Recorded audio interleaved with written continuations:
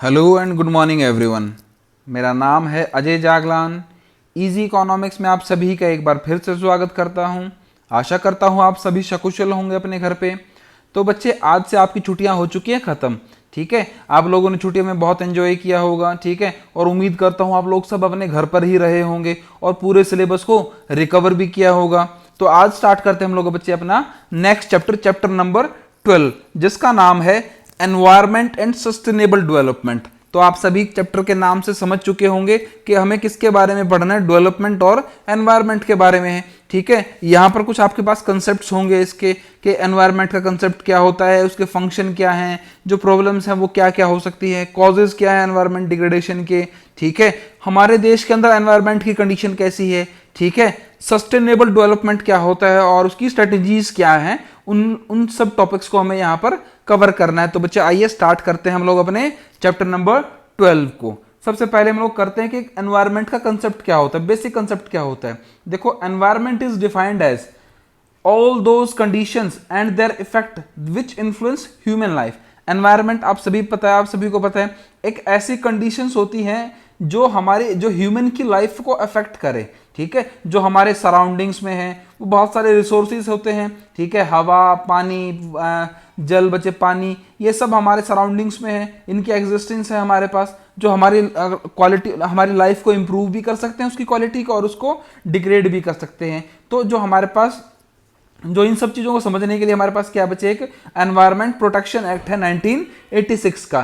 कहता है environment include, environment में क्या कहा था बच्चे, water, air, land and inter relationship which exist among the between the water. जो पानी, हवा, जमीन और ह्यूमन बींग्स या अदर क्रिएचर्स होते हैं जैसे प्लांट, माइक्रो ऑर्गेनिजम्स या प्रॉपर्टी, उन सब के बीच में एक रिलेशनशिप होता है।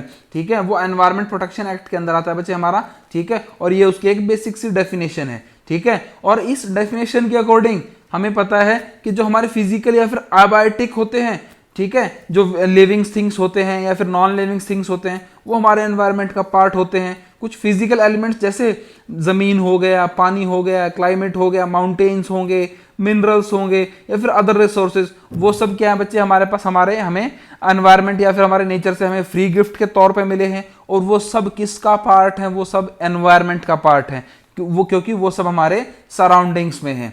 ठीक है बच्चे, आगे कहता है कि living elements which include all kind of living creatures like plants, animals which impact human life. आप सभी को पता है जितने भी लिविंग एलिमेंट्स होते हैं, प्लांट्स, एनिमल्स, जो ह्यूमन लाइफ को अफेक्ट करते हैं, आप सभी को पता है अगर पेड़ नहीं होंगे तो इंसानों का वजूद भी नहीं होगा। क्यों? क्योंकि वो ऑक्सीजन प्रोड्यूस करते हैं और इंसान ऑक्सीजन को इनहेल करता है।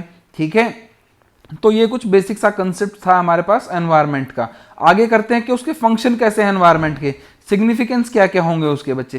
कहता है environment offer resources for production, कि एनवायरनमेंट हमें रिसोर्सेज देता है बच्चे। ठीक है, एनवायरनमेंट के पास बहुत सारे रिसोर्सेज हैं, जमीन है, पानी है।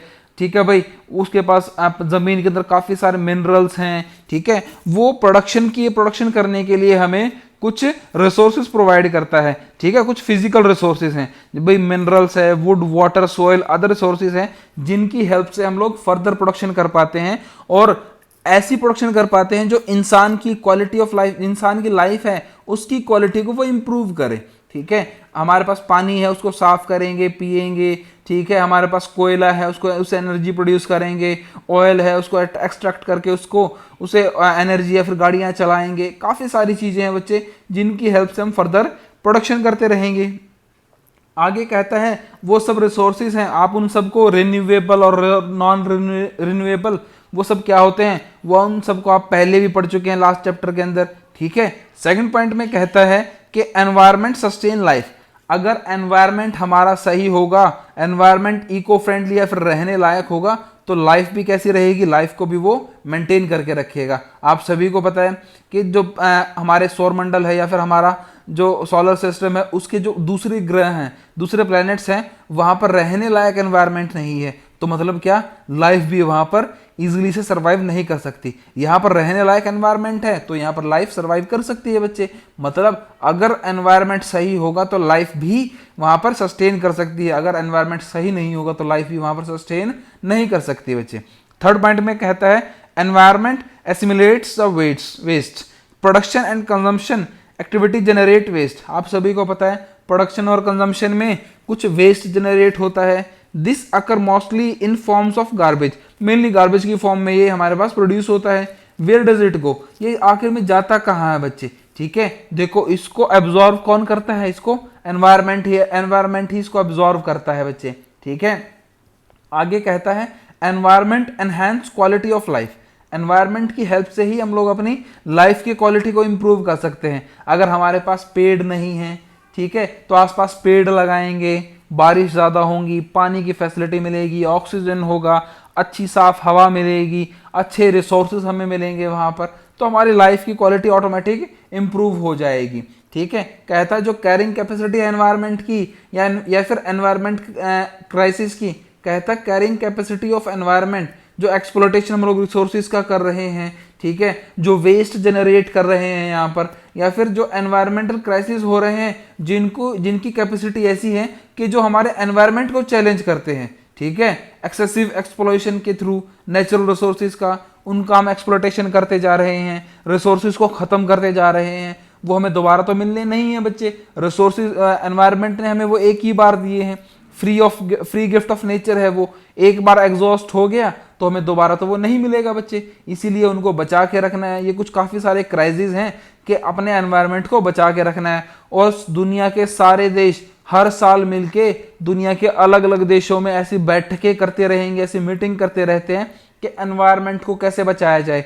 आप सभी को मैं एक रिसेंट एग्जांपल की बात करता हूं। आप सभी को पता है बच्चे, पिछले 3-4 महीने से हमारे देश में और पूरी दुनिया में एक लॉकडाउन की स्थिति आई है। ठीक है, लॉकडाउन लगा है, और लॉकडाउन में आप सभी ने नोटिस किया है कि कुछ चीज़ें बहुत ज़्यादा वायरल हुई हैं कि हमारे घर से, ठीक है, हम लोग हरियाणा में, पंजाब में रहते हैं, कि हमारे घर से हिमालय के पहाड़ दिख रहे हैं, दूर की चीज़ें बिल्कुल साफ दिख रही हैं। कारण क्या बच्चे? पॉल्यूशन नहीं हुआ है, आसपास हमारा एनवायरनमेंट बिल्कुल साफ हुआ है। ठीक है, हमें दूर की चीज़ें बिल्कुल आसानी से विजिबल हैं। ठीक है, जो गैसेस थी वो नहीं है यहाँ पर।